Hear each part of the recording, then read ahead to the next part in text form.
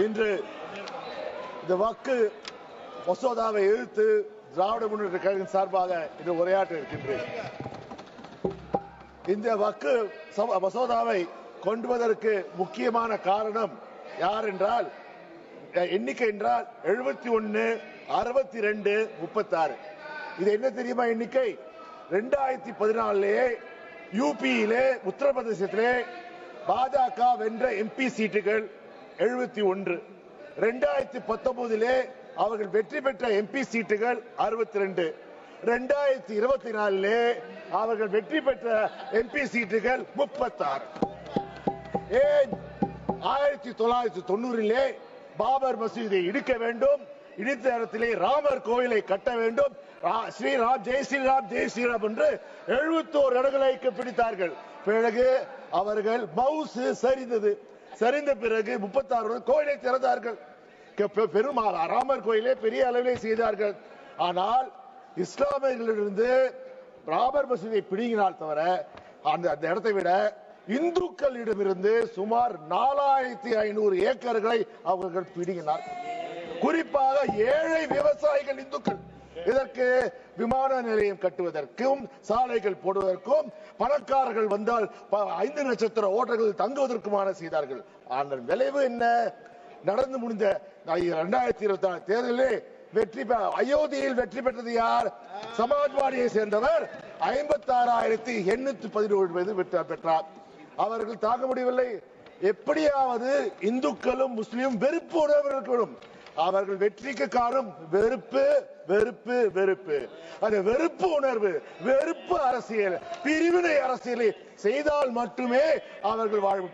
கேட்கிறேன், ஆடு நினைக்கிறது ஓனா எழுகிறாமா? இஸ்லாமியர்கள் பிரச்சனை என்று நீங்கள் வருத்தப்படுகிறீர்களா?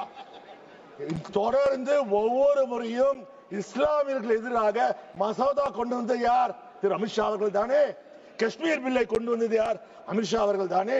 அப்போது சொன்னார், அப்போது கேட்டோம், ஐயா நீங்கள் கொண்டு வருகிறீர்கள், வட இந்தியாவுக்கு மட்டும் கொண்டு வருகிறீர்களே, எங்கள் இலங்கை தமிழர்கள் கொண்டு வாருங்கள். ஆனால் உங்கள் காதிலே செவியிலே விழவில்லை. இன்று இதை கொண்டு வருங்கள், நீங்கள் பாதுகாக்கிறார். அதாவது வக்கு சொத்துக்கள் குறைந்த விலைக்கு போகிறதா? என்ன கஷ்டப்படுறா பாருங்கள். வக்கு சொத்துக்கள் குறைந்த விலைக்கு கொடுக்கிறார்கள்.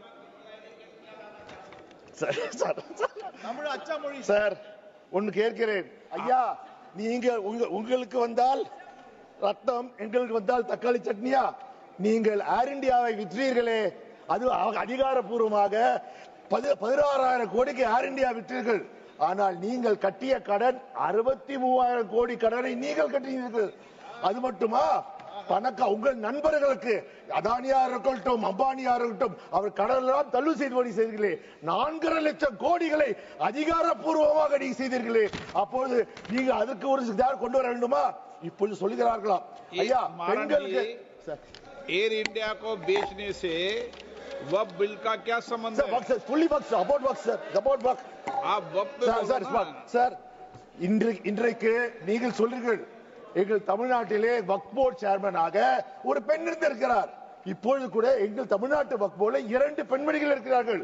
அது ஒரு பெண்மணி யார் என்றால் தமிழ்நாடு முஸ்லிம் லீக் தலைவர் அப்துல் சபாதின் பெண். அவர் முன்னாள் எம்பியாக இருக்கிறார். இந்த பிரச்சனை பெண்களை பற்றி நீங்கள் பெருசா இல்லை, ஏற்கனவே வக்ஃபிலே பெண்கள் வந்திருக்கிறார்கள். நீங்கள் புதிதாக செய்வது போல் செய்கிறீர்கள். உண்மையில் உங்களுக்கு என்ன? வருகிற தேர்தலில் யூபியை வெல்ல வேண்டும். யூபியை வென்றால் மட்டுமே நீங்கள் மீண்டும் ஆட்சிக்கு வர வேண்டும். அப்ப என்ன செய்வீர்கள்? இந்த வக்கு பார்த்தீங்கன்றால் கிட்டத்தட்ட வக்கு நிலங்கள் வந்து give me 10 minutes sir, I didn't cross 3 minutes sir. வக்கு நீங்க பார்த்தீங்கன்றால் வக்கு நிலங்கள் பார்த்தீங்கன்றால் இந்தியாவிலே 8,70,000 சொத்துக்கள் இருக்கிறது. அதிலே பார்த்தீங்கன்றால் 9,40,000 ஏக்கர்கள் இந்தியாவில் இருக்கிறது. சுமார் 1.2 லட்சம் கோடி ரூபாய். அதில் 25% சொத்துக்கள் இங்கே இருக்கிறது, உத்தரப்பிரதேசத்தில் தான் இருக்கிறது. அப்பொழுது விட்டுவிடுவீர்களா? நான் இதை செய்ததன் மூலம் என்ன இருக்கிறது? நான் கேட்கிறேன், ஏன் இந்த பிரிவினைவாதம்? இன்று பார்த்தீர்கள் சிறுபான்மையினருக்கு எதிராகத்தான் இந்த அரசு செயல்பட்டது. இன்று இஸ்லாமியர்கள் எதிர்க்கிறீர்கள், அடுத்த யாருக்கு செல்வீர்கள்? பார்த்தீர்கள், நீங்க வாஜ்பாய் இருந்த போது ஒரு இஸ்லாமியர் அமைச்சராக இருந்தார். இப்பொழுது ஒரு இஸ்லாமியர் கூட உங்கள் நாடாளுமன்ற உறுப்பினராக இல்லை. நாங்களாவது முஸ்லிம்களுடன் கூட்டணி வைத்திருக்கிறோம். ராஜ்யசபாலே எங்களுக்கு முஸ்லிம் எம்பி இருக்காங்க.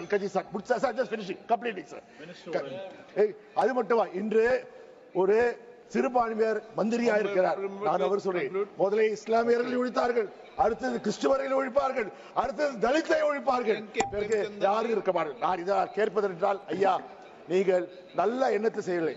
நீங்கள் பசு தோல் போற்றிய புலி. நீங்கள் வந்து மக்களை ஏமாற்றப்பார்கள். வாக்கு வங்கி அரசியல் செய்யாதீர்கள். இஸ்லாமிய